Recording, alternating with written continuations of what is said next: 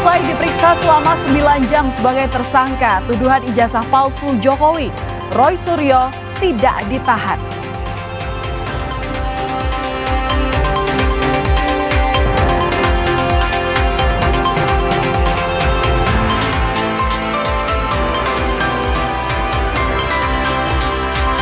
Polisi tangkap pembunuh supir taksi online yang jasadnya ditemukan di pinggir tol Jagorawi.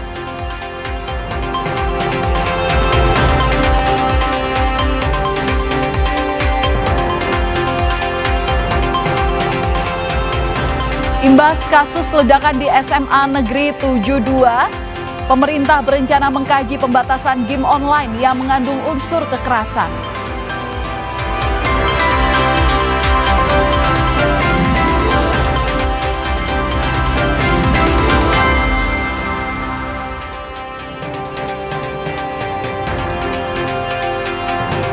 Halo saudara, selamat malam, selamat datang di Kompas Malam. Selain 3 berita utama tadi, kami juga memiliki sejumlah informasi menarik yang patut Anda simak malam hari ini bersama saya, Valentina Sitorus. Kita langsung saja ke informasi yang pertama, saudara. Polres Asahan, Sumatera Utara menangkap 2 kurir sabu jaringan internasional. Penangkapan ini diwarnai letusan tembakan.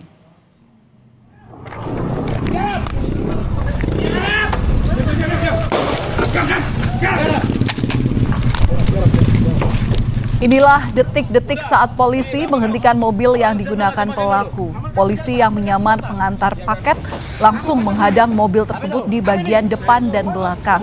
Agar kedua pelaku tak kabur, polisi melepaskan tembakan peringatan. 2 pria di dalam mobil ditangkap beserta 4 tas besar yang berisi 76 kg narkotika jenis sabu. Para pelaku mengaku dijanjikan upah sebesar 3 juta rupiah dari setiap kilogram sabu yang berhasil diantarkan ke Palembang. Udah, cukup. Amankan senjata masing-masing dulu. Amankan senjata. Salah satu hasil dari kerjasama dari informasi masyarakat bahwa akan adanya pengiriman narkoba menggunakan kendaraan. Berapa banyaknya berjumlah 70 bungkus, 76 bungkus yang kita amankan dari 4 tas. Untuk pembawaannya ini dari seberang, tetap dari seberang dari negara Sumatera. Yang jadi sorotan, saudara, seorang pengendara motor di Bekasi, Jawa Barat menjadi korban begal saat berangkat kerja. Dalam aksinya, komplotan begal membawa senjata tajam dan senjata api. CCTV merekam saat seorang pengemudi motor menjadi korban begal di Jalan Mutiara Gading City, Kecamatan Babelan, Kabupaten Bekasi, Jawa Barat, Rabu 12 November. Korban yang hendak berangkat kerja dipepet oleh 4 pelaku menggunakan 2 motor berboncengan. Korban pun terjatuh dari motor. Setelah itu pelaku menodong korban menggunakan senjata tajam. Seorang pelaku lain juga melepas tembakan 3 kali untuk mengancam korban. Para pelaku merampas motor dan 1 unit ponsel yang disimpan di dalam bagasi. Mereka kemudian melarikan diri. Kirain orang yang motor jatuh. Akhirnya pas saya di lokasi, saya turun. Nah, saya pikir ada yang nolongin. Ternyata ini tuh bukan orang nolongin, ternyata begal gitu. Dia sempat ngeluarin tembakan 3 kali. Nah, setelah pas saya dengar suara tembakan, saya langsung teriak. Babelan menjadi salah satu daerah rawan begal di Bekasi. Kasus ini pun telah dilaporkan ke polisi. Warga berharap polisi turun tangan memberantas kejahatan jalanan tersebut dan menciptakan rasa aman bagi masyarakat. Tim Liputan, Kompas TV. Karena tersinggung, ditegur pemilik studio kebugaran. Seorang juru parkir di kawasan Pluit, Jakarta Utara nekat mencuri gadget dan laptop dari ruang kantor korban. Dalam rekaman CCTV, pelaku terlihat melakukan aksi pencurian di studio kebugaran. Sejumlah gadget dan laptop milik studio kebugaran ini dibawa pelaku dan digadaikan dengan harga sebesar Rp500.000 per unitnya. Kurang dari sepekan, polisi menangkap pelaku di kawasan Penjagalan Muara Karang, di mana diketahui motif pelaku mencuri lantaran tersinggung dengan teguran pemilik studio kebugaran. Ini dilakukan oleh tersangka dengan inisial BA dan juga dengan rekan-rekannya yang masih di PO sampai saat ini. Dia ditegur untuk memarkirkan yang rapi dan tolong jangan menghambat jalur masuk. Ternyata tersangka ini BA nggak terima, ditegur nggak terima, niat mau balas dendam. Kita ke informasi lain, Saudara. Polisi menangkap 2 pelaku pembunuhan pengemudi taksi online yang jasadnya ditemukan di Tol Jagorawi, Bogor, Jawa Barat.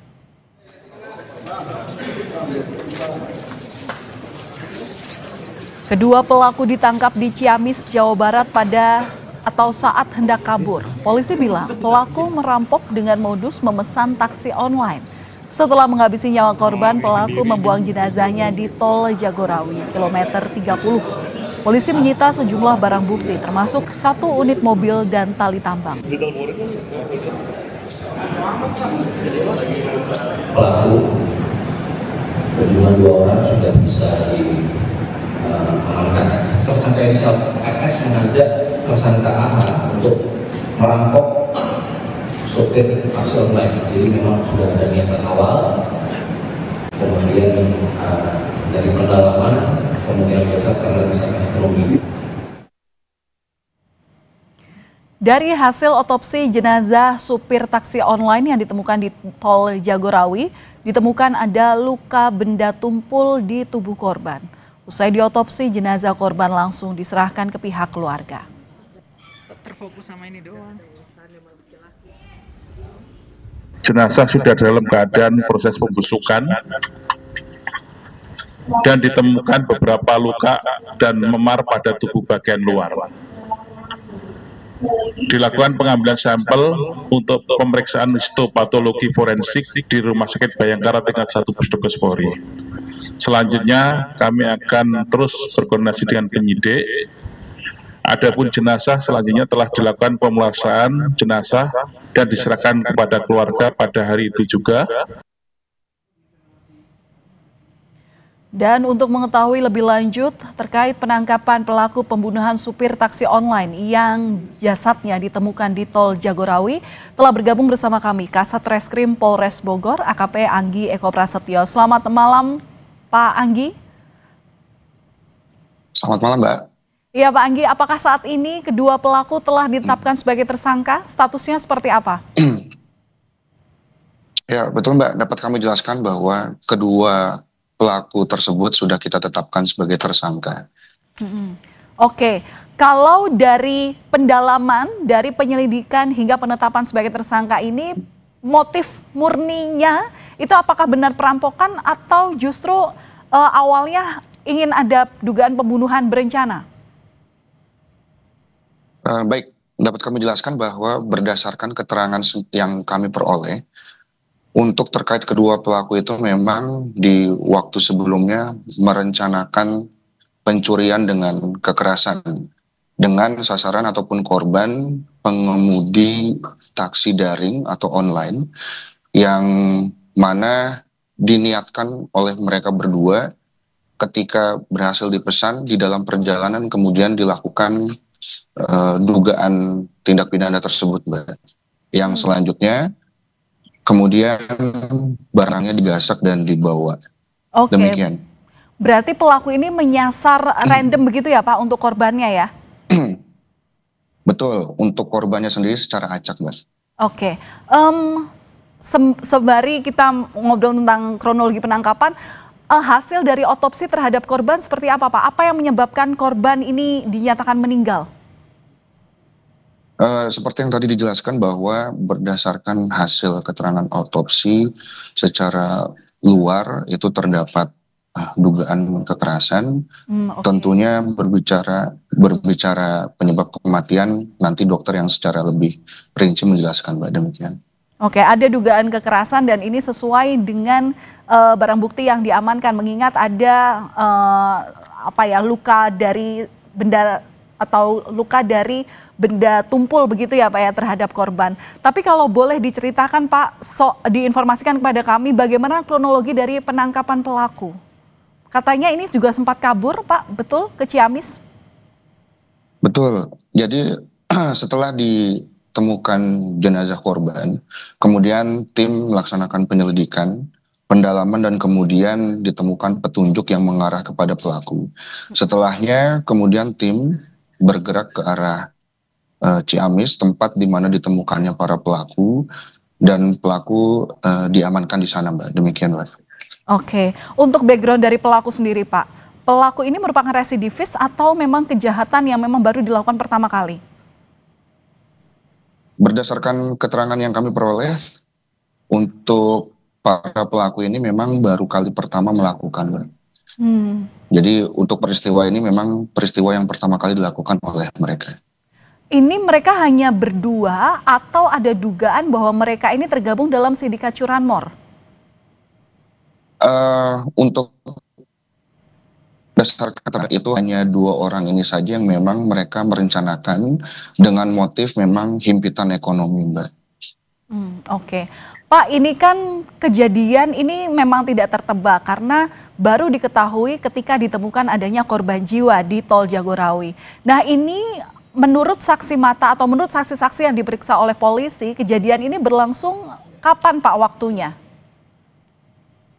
Berdasarkan keterangan yang diperoleh memang 1 hari sebelumnya, berarti di hari Minggu, mereka kemudian memesan melalui aplikasi taksi daring tersebut, yang mana di dalam perjalanannya mereka mencari kesempatan untuk kemudian melancarkan aksinya, melakukan perbuatan pidananya dengan modus operandi dari belakang dijerat dengan tali tambang, kemudian dipukul di arah kepala, dan dikesampingkan badannya, kemudian diambil alih oleh salah satu pelaku kemudinya, dan dicari tempat yang aman untuk memastikan bahwa korban memang betul-betul telah tiada, diikat baik tangan ataupun kaki, dan kemudian dibuang di lokasi di mana ditemukan korban, Mbak. Demikian, Mbak. Oh, oke. Itu berarti dilakukan di malam hari begitu, Pak? Betul, Mbak.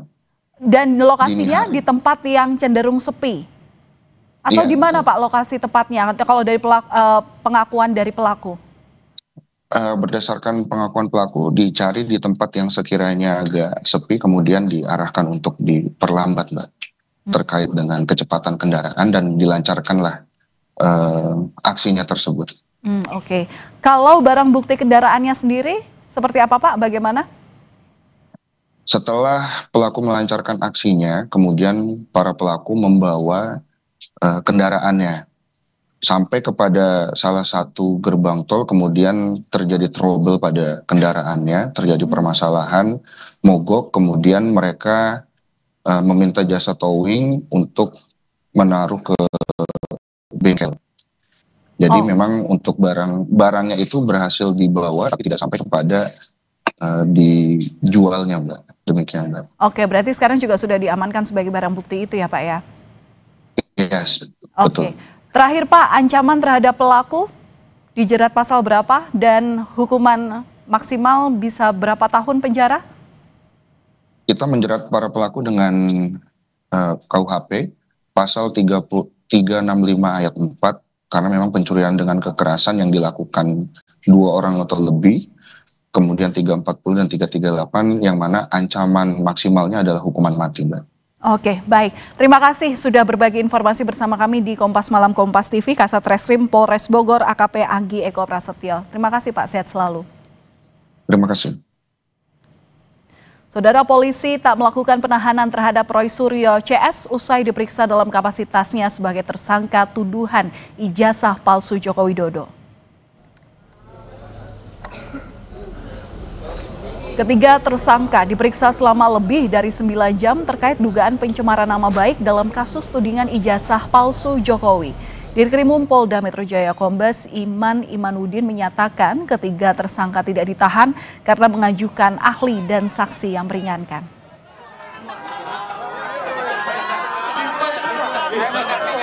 Pemeriksaan sudah selesai dilakukan untuk sementara waktu. Para tersangka sudah memberikan keterangannya.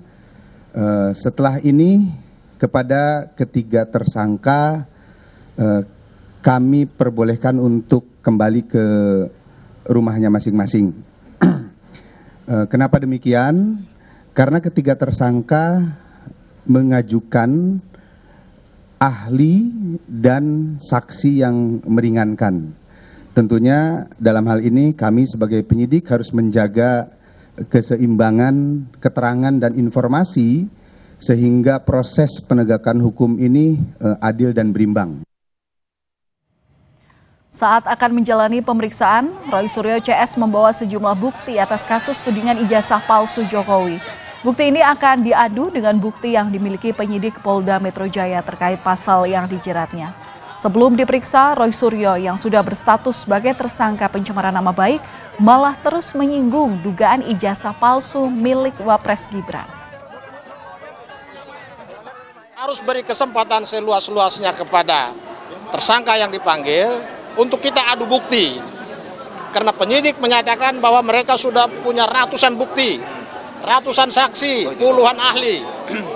Sementara dari Mas Roy, Pak Rismon, dan mungkin juga Dr. Tifa, masing-masing juga bawa bukti hari ini. Kita adu secara terbuka di dalam ruang pemeriksaan.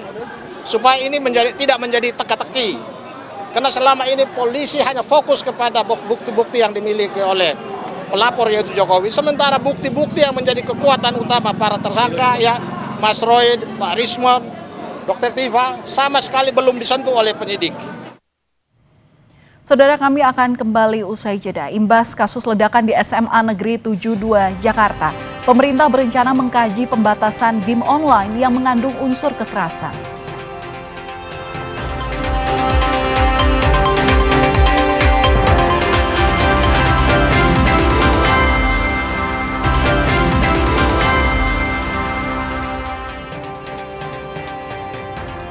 Anda masih menyaksikan Kompas Malam, Saudara. Satu korban ledakan di SMA Negeri 72 Jakarta yang dirawat di Rumah Sakit Islam Jakarta Cempaka Putih dirujuk ke Rumah Sakit Cipto Mangunkusumo. Korban harus menjalani tindakan medis lanjutan mengenai operasi pada bagian kulit.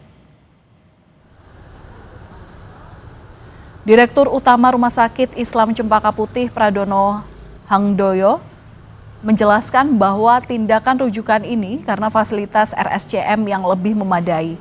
Sementara itu kondisi 12 pasien lainnya masih dalam ruang perawatan dan terus membaik. Bahwa kebanyakan korban mengalami gangguan gendang telinga akibat ledakan.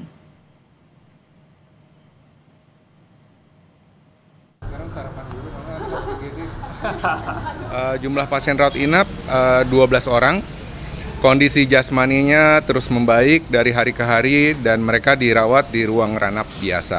Untuk satu pasien yang di ICU, hari ini rencananya akan dirujuk ke Rumah Sakit Tipe A RSCM karena membutuhkan penanganan lebih lanjut.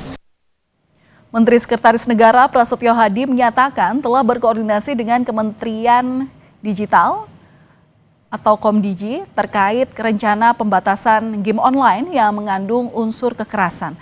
Rencana ini muncul imbas ledakan di SMA Negeri 72 Jakarta. Prasetyo bilang game online bukan satu-satunya penyebab dari insiden ledakan di SMA Negeri 72 Jakarta. Namun, pemerintah akan mengkaji soal aturan game online untuk membatasi pengaruh buruknya terhadap anak Indonesia. Ya, ada pembicaraan, hanya kan mohon maaf juga jangan disalahartikan ya, artinya pembatasan ini adalah lebih kepada pengaturan. Memang kemudian kasus yang kemarin game bukanlah satu-satunya penyebab, tetapi tentu kita juga menyadari banyak hal yang harus kita telah ulang, hal yang sekiranya itu berdampak yang kurang baik, apapun itu.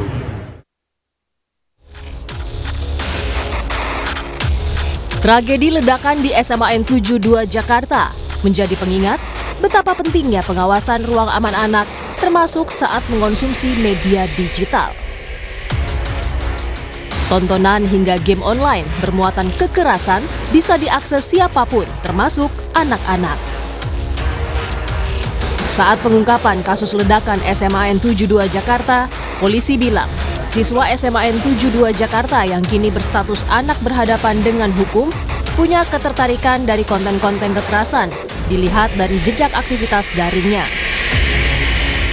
diketahui merupakan seorang siswa SMA aktif yang bertindak secara mandiri dan tidak terhubung dengan jaringan teror tertentu. Berdasarkan keterangan yang kami himpun, ABH yang terlibat dalam kasus ledakan ini dikenal sebagai pribadi yang tertutup, jarang bergaul, dan dia juga memiliki ketertarikan pada konten kekerasan serta hal-hal yang ekstrim. Dari temuan polisi itulah, Gubernur DKI Jakarta Pramono Anung memerintahkan Kepala Dinas Pendidikan DKI Jakarta untuk rutin melakukan pendidikan konseling. Hal itu diharapkan bisa mencegah terpaparnya siswa dari konten kekerasan di dunia maya. Jadi saya akan meminta Kepala Dinas Pendidikan Bu Nadiana untuk hal-hal yang berkaitan dengan apa yang dipelajari oleh tadi anak yang kemudian tersangkut persoalan hukum itu dilakukan pencegahan karena dia kan terinspirasi dari itu. Memang spekulasinya berbagai hal. Tadi kan teman-teman di SMA 72 sendiri mereka juga membantah tidak benar dengan adanya bullying. Tetapi kalau lihat video yang ada di CCTV, kemudian juga persiapan dengan 7 bahan peledak, memang saya yakin pasti itu karena terinspirasi, terpengaruh oleh apa yang dia tonton. Presiden Prabowo juga memerintahkan pembatasan konten-konten bermuatan kekerasan, termasuk game daring, sebagai antisipasi tragedi berulang. Kasus ledakan di SMAN 72 Jakarta yang melukai 96 siswa menjadi alarm. Pentingnya menciptakan ruang aman di sekolah sebagai rumah kedua bagi anak. Tim Liputan, Kompas TV.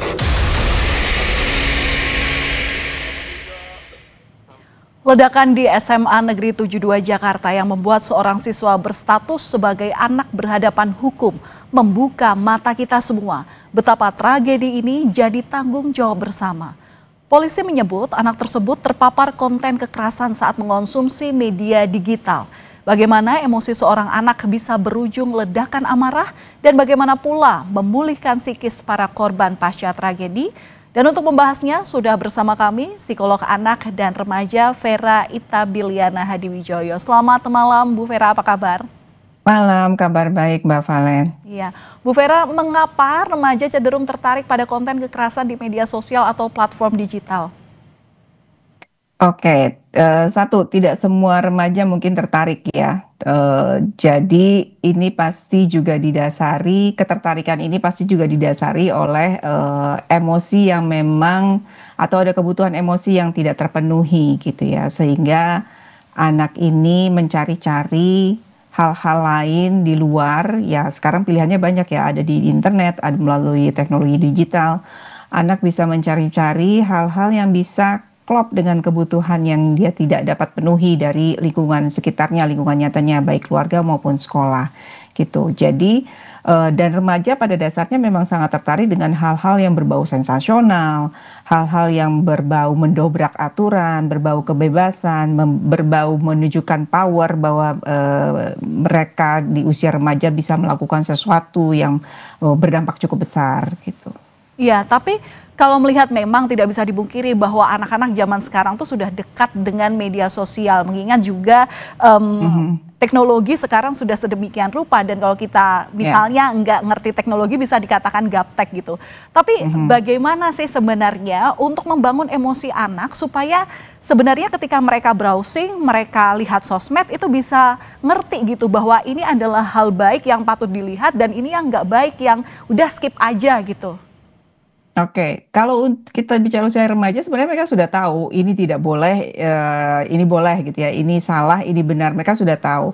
Tapi kontrol dirinya, kendali dirinya ketika mereka terpancing emosinya, katakanlah tersakiti, ingin membalas rasa sakitnya tersebut, nah itu benar salah itu menjadi tidak ada artinya. Jadi karena mereka lebih mengikuti emosinya. Ini ada hubungannya dengan cara kerja otaknya mereka juga nih Mbak Valen gitu ya.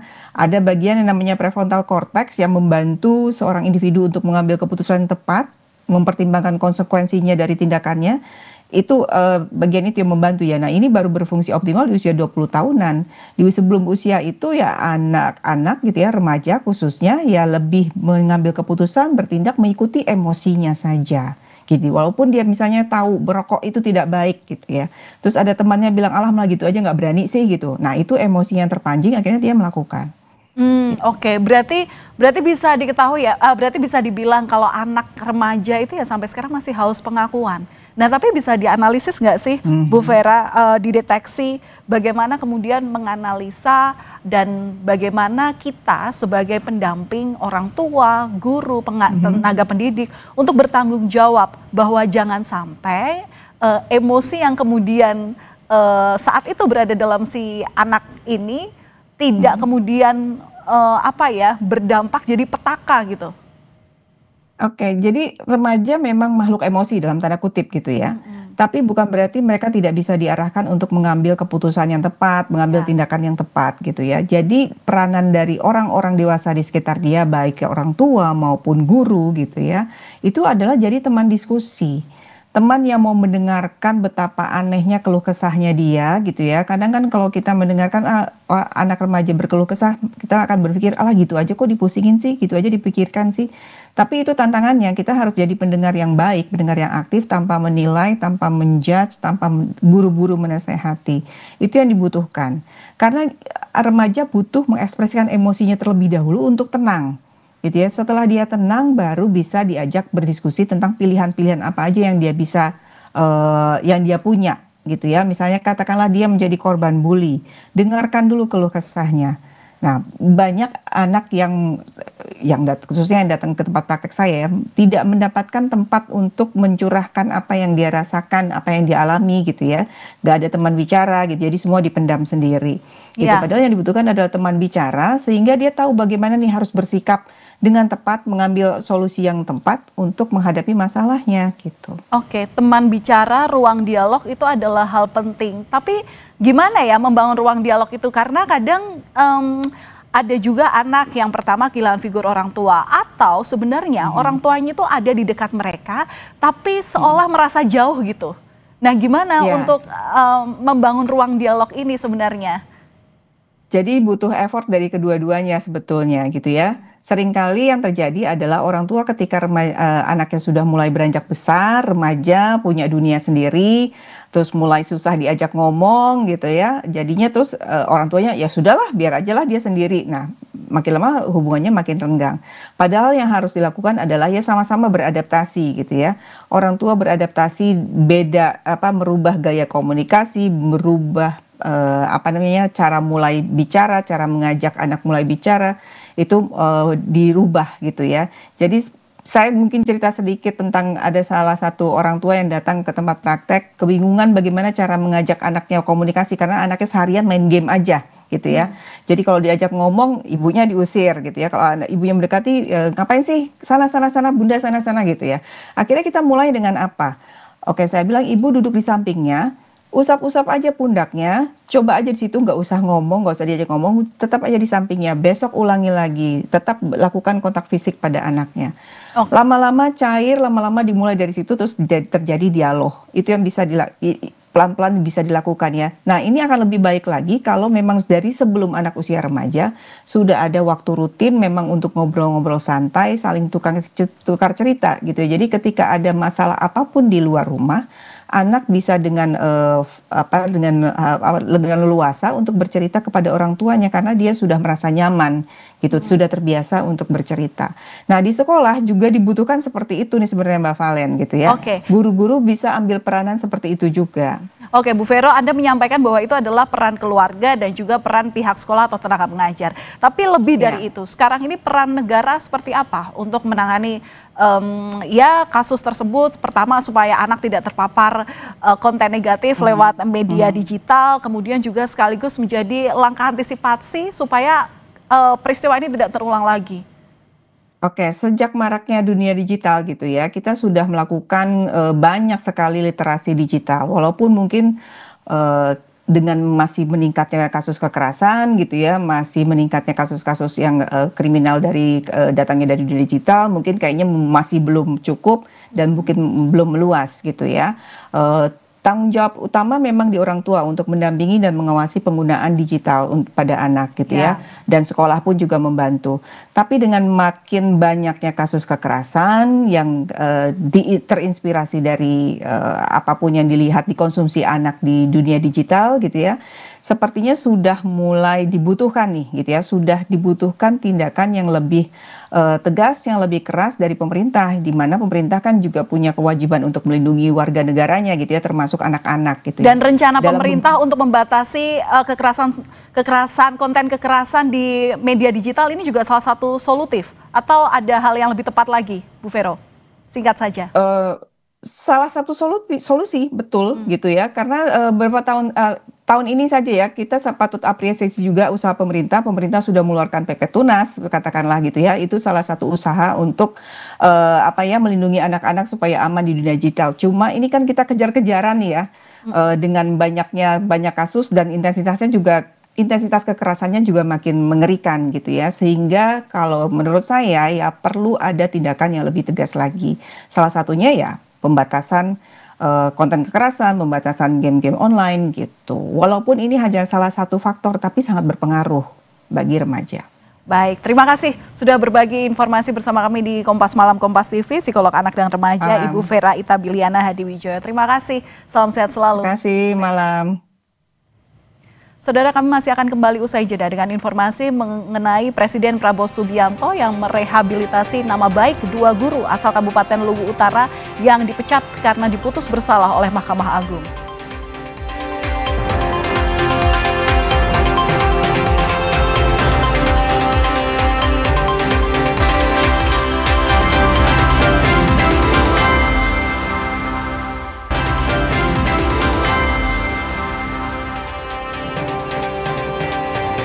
Saudara, Mahkamah Konstitusi memutuskan polisi aktif harus mengundurkan diri atau pensiun jika ingin menduduki jabatan sipil. Menyusul gugatan terhadap Undang-Undang Nomor 2 Tahun 2002 tentang Kepolisian Republik Indonesia yang dikabulkan seluruhnya oleh MK pada Kamis siang.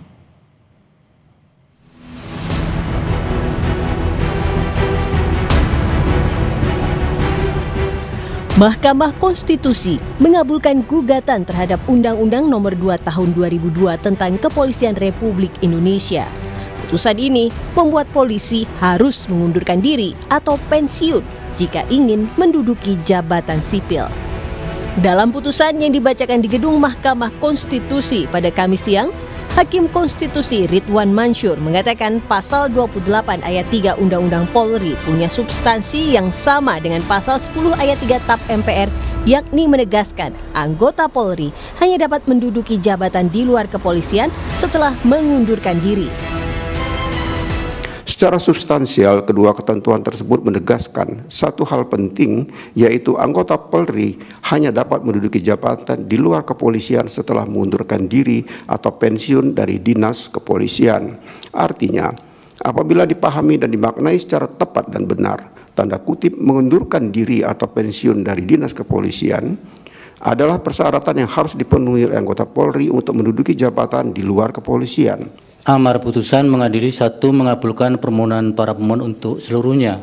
2. Menyatakan prase atau tidak berdasarkan penugasan dari Kapolri dalam penjelasan pasal 28 ayat 3 Undang-Undang Nomor 2 Tahun 2002 tentang Kepolisian Negara Republik Indonesia, Lembaran Negara Republik Indonesia tahun 2002 Nomor 2 tambahan Lembaran Negara Republik Indonesia Nomor 4168 bertentangan dengan Undang-Undang Dasar Negara Republik Indonesia tahun 1945 dan tidak mempunyai kekuatan hukum mengikat. 3. Memerintahkan pemuatan putusan ini dalam Berita Negara Republik Indonesia sebagaimana mestinya. Menanggapi putusan MK, Kadif Humas Polri Irjen Sandi Nugroho menyebut Polri menghormati putusan Mahkamah Konstitusi dan akan menindaklanjuti serta mengkaji putusan Mahkamah Konstitusi tersebut. Atas putusan tersebut tentunya Polri akan menghormati semua putusan yang sudah dikeluarkan, dan saat ini Polri masih menunggu hasil resminya seperti apa, kemudian nanti akan dilaporkan kepada Bapak Kapolri, kemudian kita secara langsung akan menyampaikan tentang hasil putusan tersebut yang sudah diputuskan oleh MK pada hari ini. Tapi yang pasti bahwa kami belum menerima putusannya sampai dengan saat ini, tetapi polisi selalu akan menghormati putusan yang sudah ditetapkan oleh pengadilan. Pengamat kepolisian dari Institute for Security and Strategic Studies atau ISES, Bambang Rukminto menyebut, Polri memang harus kembali ke kitohnya dengan adanya putusan MK. Kami kutip dari Kompas.com, Bambang mengatakan, putusan MK tersebut menegaskan bahwa Polri memang harus kembali ke kitohnya sebagai pemegang amanat negara terkait tugas-tugas kepolisian, yakni melindungi, mengayomi, dan melayani masyarakat, menjaga Kamtibnas, dan penegakan hukum sesuai amanat Undang-Undang Nomor 2 Tahun 2002 Pasal 28 Ayat 3. Sebelumnya, gugatan terhadap Undang-Undang Nomor 2 Tahun 2002 tentang Polri diajukan oleh dua advokat Syamsul Jahidin dan Christian Adrianus Sihite. Keduanya menilai undang-undang tersebut multitafsir dan berpotensi terjadi penyalahgunaan kekuasaan pada penegak hukum. Tim Liputan, Kompas TV. Presiden Prabowo Subianto memberikan rehabilitasi kepada 2 guru SMA Negeri 1 Luwu Utara, Sulawesi Selatan. 2 guru ini sebelumnya dipecat jelang masa pensiunnya karena keputusan bersalah dari Mahkamah Agung terkait dugaan pungutan dana Komite Nasional. 4 November 2025, masa guru mendatangi gedung DPRD Luwu Utara setelah putusan pemberhentian terhadap 2 guru asal Luwu Utara, yakni Abdul Muiz dan Rasnal. Keduanya menerima surat keputusan pemberhentian sebagai ASN, buntut dugaan pungutan dana Komite Nasional. Keduanya mengusulkan ke komite sekolah agar orang tua murid memberikan sumbangan sukarela sebesar Rp20.000 per siswa untuk membantu 10 guru honorer yang tidak menerima gaji kala itu. Usul itu sendiri sudah disetujui oleh orang tua murid. Kedua guru kemudian dijatuhi hukuman 1 tahun penjara dan diberhentikan dari pegawai negeri sipil karena kasus tersebut. Vonisnya itu lepas. Yang mana itu lepas itu beda dengan bebas. Kalau bebas itu terbukti tidak berbuat. Ini terbukti berbuat tapi tidak bermakna pidana. Ya, itu lepas. Dikasasi apa? Dikasasi itu dituduh dipersalahkan menerima gratifikasi. Ya, yang mana itu gratifikasi di situ karena ada insentif pada tugas-tugas tambahan, wali kelas, pengelola lab, Wakasek. Berarti saat itu kita dituntut korupsi. Dan itu tidak pernah muncul di persidangan sebelumnya itu. Usai mendapat dukungan dari berbagai kalangan, nasib kedua guru Luwu itu pun sampai ke Presiden Prabowo Subianto. Usai pulang dari kunjungan kenegaraannya Kamis dini hari, Presiden menandatangani surat rehabilitasi untuk Abdul Muiz dan Rasnal. Menteri Sekretaris Negara Prasetyo Hadi bilang, rehabilitasi ini untuk mengembalikan nama baik kedua guru.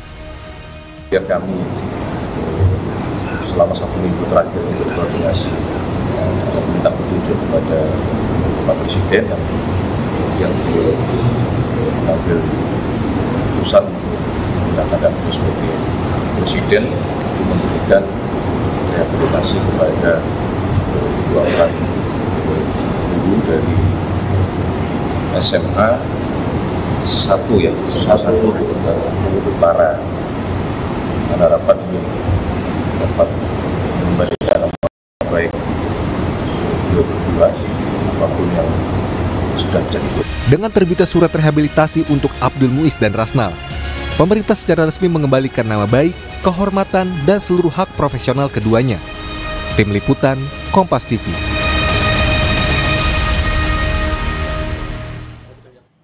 Rapat dengar pendapat DPR terkait rancangan Undang-Undang Hak Cipta kembali digelar hari ini. Rapat mendengarkan pendapat dari Lembaga Manajemen Kolektif Nasional atau LMKN. Anggota DPR yang juga merupakan penyanyi, Once Mekel, turut hadir dalam rapat dengar pendapat mengenai RUU tentang hak cipta. Dalam RDP yang dihadiri oleh LMKN, Once Mekel meminta agar negara ikut peduli terkait perihal royalti yang kerap menjadi sorotan. Kami bacakan sedikit dengan panggung karya mereka. Kan yang terjadi ketika dia membuat lagu, si pencipta membuat lagu tidak membuat perjanjian dengan si penyanyi. Misalnya, kalau kamu nyanyi nanti aku dapat segini ya. Kan dia tidak membuat perjanjian itu. Kemudian waktu berjalan si penyanyi dapat penghasilan lebih, si pencipta tidak. Nah, kemudian terjadi kisruh. Makanya kemudian kita memang berharap negara ikut. LMK ini harus hadir karena nature-nya industri ini seperti itu.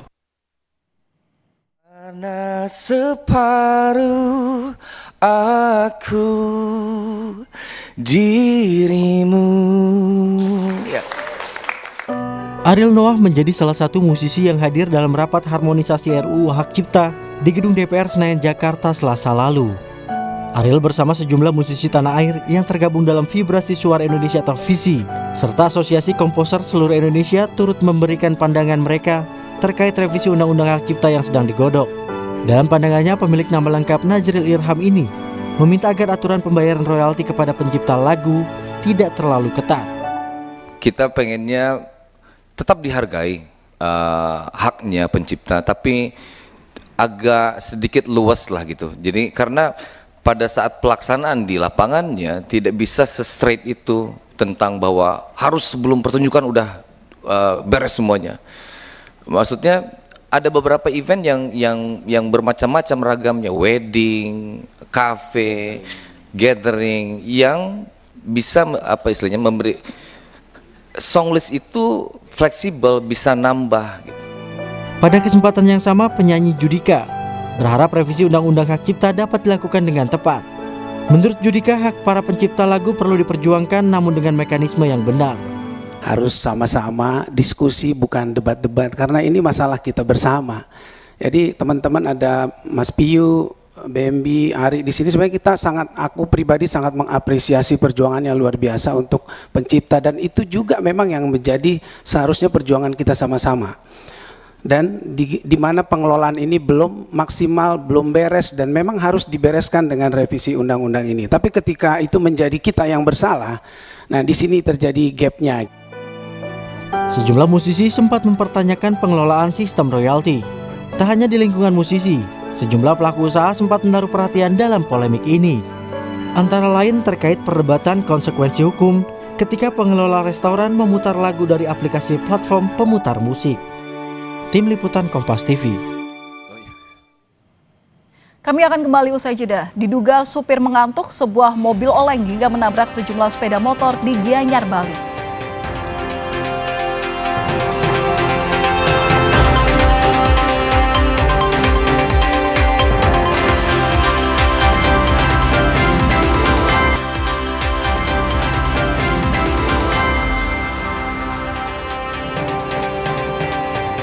Diduga karena supir mengantuk, sebuah mobil oleng hingga menabrak sejumlah sepeda motor di Gianyar, Bali. Tidak ada korban jiwa akibat peristiwa ini. Mobil tiba-tiba hilang kendali dan menabrak beberapa sepeda motor dari arah berlawanan di Jalan Raya Bedulu Belah Batu, Gianyar, Bali.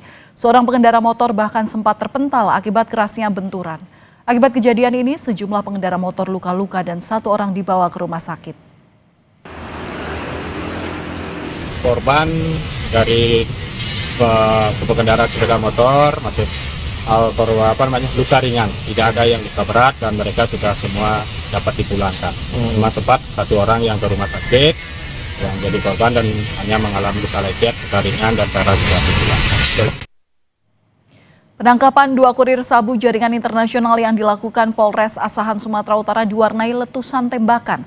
Polisi menemukan 76 kg sabu yang hendak dibawa ke Palembang.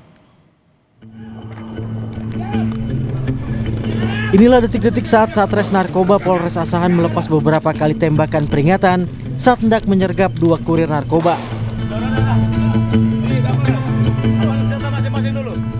Polisi lantas menghentikan minibus di Desa Bangun Sari, Kecamatan Silau Laut, Kabupaten Asahan. Dua pria di dalam mobil ditangkap beserta 4 tas besar berisi 76 bungkus plastik kemasan 1 kg.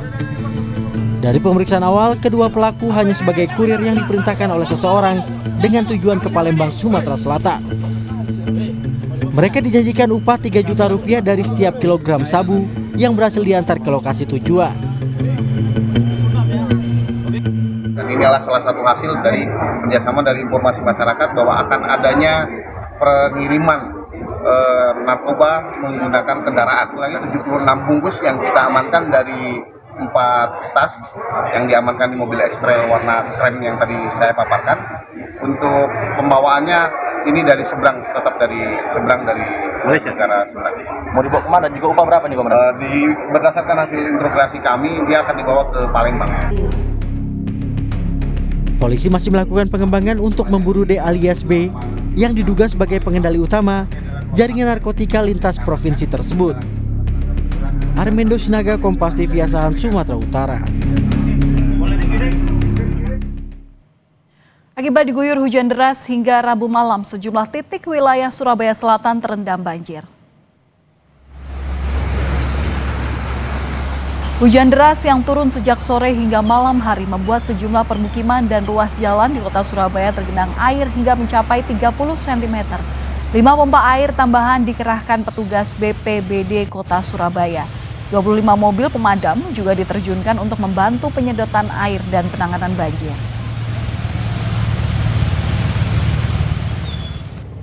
Petugas BPBD Kota Kediri berjaga di kawasan Sungai Berantas, Kediri, Jawa Timur akibat debit air Sungai Berantas yang meningkat.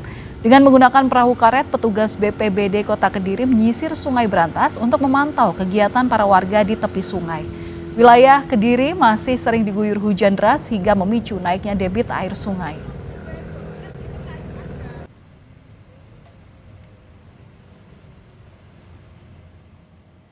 Kami masih akan kembali usai jeda dengan informasi 3 pencuri berhasil ditangkap warga usai mencuri telepon genggam pelajar di halte bus Transjakarta Durensawit, Jakarta Timur pada Kamis sore.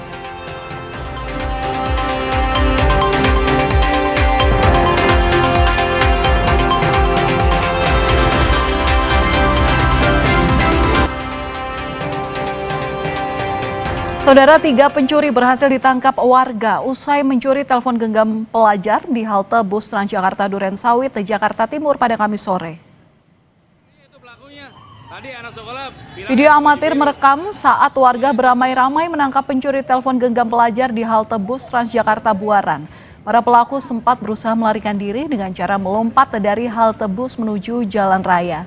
3 dari 4 pelaku berhasil ditangkap warga dan usai kejadian pelaku dibawa ke kantor polisi untuk diperiksa.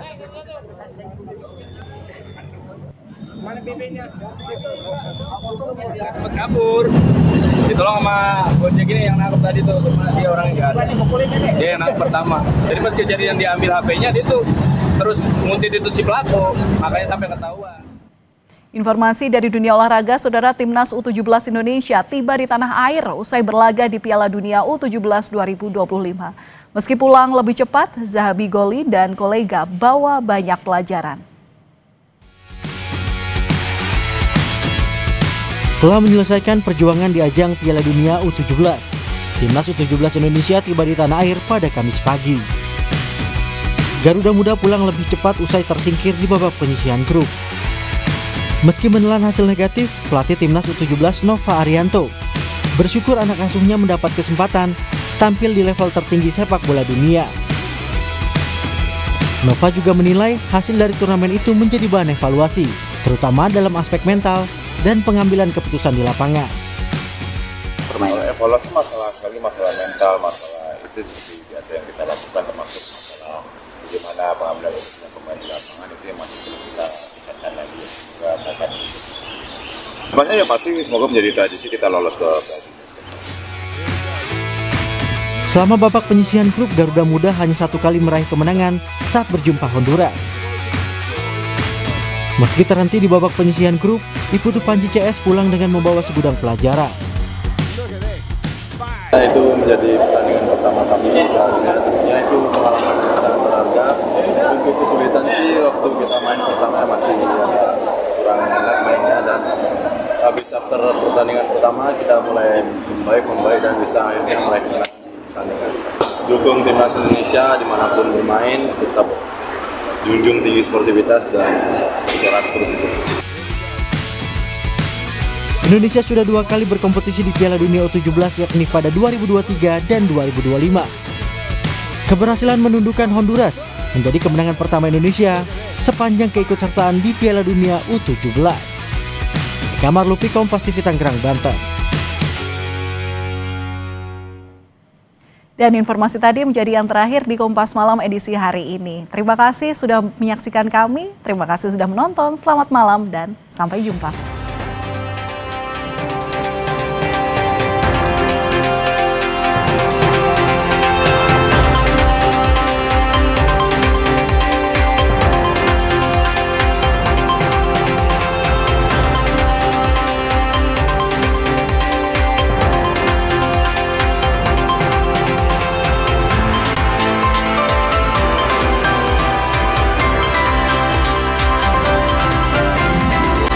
Terima kasih Anda telah menyaksikan